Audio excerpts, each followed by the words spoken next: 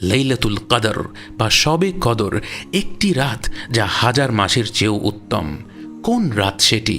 বুখারী ও মুসলিমের হাদিসে বর্ণিত আছে, রাসূল সাল্লাল্লাহু আলাইহি ওয়াসাল্লাম বলেছেন, রমাদানের শেষ 10 দিনে এই রাতটি খুঁজতে। শেষ 10 রাতে লাইলাতুল কদরকে খোঁজা মানে কি? মানে শেষ 10 রাতের প্রতিটি রাতেই বেশি বেশি করে ইবাদত করা।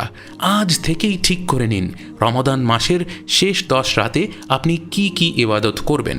কিছু অংশ কোরআন পড়বেন, ঠিক করে নিন দিনের কোন সময়টায় কোরআন পড়বেন এবং কতক্ষণ কোরআন পড়বেন।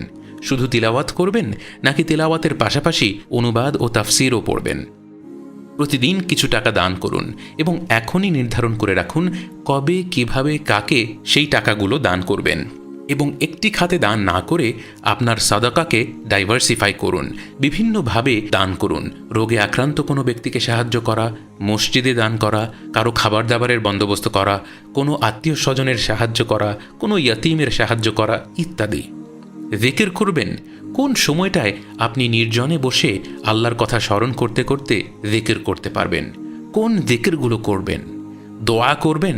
দোয়া করার সময় বেশি বেশি পড়বেন আল্লাহুম্মা ইন্নাকা আফুউন তুহিব্বুল আফওয়া ফাফু আন্নি। এবং এই সব কাজ করতে কত সময় লাগবে হিসাব করে নিন।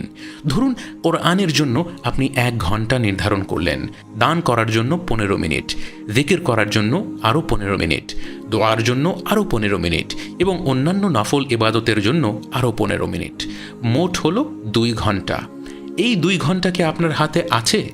দিনের 5 ওয়াক্ত ফরজ নামাজ, নফল নামাজ, ঘুম ও বিশ্রাম, পেশাগত কাজ, ঘরের কাজ, পারিবারিক দায়িত্ব ইত্যাদির পর এই 2 ঘন্টা পাওয়া কি আপনার জন্য সহজ হবে? নাকি এই 2 ঘন্টা বের করতে হলে আপনাকে বর্তমান কোনো কাজ বাদ দিতে হবে? বাদ দিতে হলে কোন কাজটি বাদ দিবেন এবং সেই কাজটি টানা 10 দিন বাদ দিলে আপনার কোনো সমস্যা হবে কি? সব বিষয় বিবেচনা করে এই শেষ 10 রাত্রির জন্য প্রস্তুত থাকুন। ভাইয়েরা, বোনেরা, আপনার নিজের সন্তান বিয়ে দিতে হলে যতটুকু প্রস্তুতি নিতেন, অথবা আপন ভাই বা আপন বোনের বিয়ের জন্য যতটা উৎফুল্ল থাকতেন, যতটা আয়োজন করতেন, মুসলিম হিসেবে এই শেষ 10 রাতের জন্য আরও বেশি ভালোভাবে প্রস্তুত থাকা উচিত, আরও বেশি আয়োজন করা উচিত। এই শেষ 10 রাত তো উৎসবের 10 দিন। এটা হলো কোরআনের উৎসব, কারণ এই রাত্রিতেই আল্লাহ তাআলা কোরআন নাজিল করেছিলেন। এটা হলো মাগফিরাতের উৎসব, কারণ এই রাত আল্লাহ তার এত বান্দাদের এত পাপ ক্ষমা করে দেন। এটা হলো দোয়ার উৎসব, জিকিরের উৎসব, সাদাকার উৎসব, সব ধরনের ভালো কাজের উৎসব। কারণ লাইলাতুল কদরে প্রতিটি ভালো কাজের পুরস্কার আল্লাহ বাড়িয়ে দেবেন হাজার হাজার গুণে। এই উৎসব কি মিস করা যায়? প্রিয়জনদের মধ্যে কেউ যেন এই আনন্দময় ইবাদতের উৎসব মিস না করে। তারা যেন মানসিকভাবে প্রস্তুত হয়ে এই 10 রাতের ইবাদত আরম্ভ করতে পারে। আপনার প্রতিটি কাছের মানুষের সাথে এই ভিডিওর লিঙ্কটি শেয়ার করে দিন।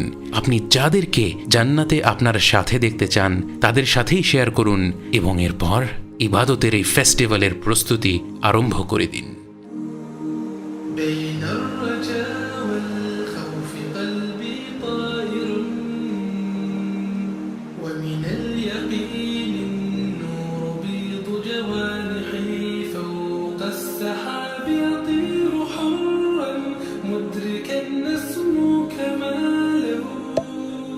للكون وجه آخر نحيا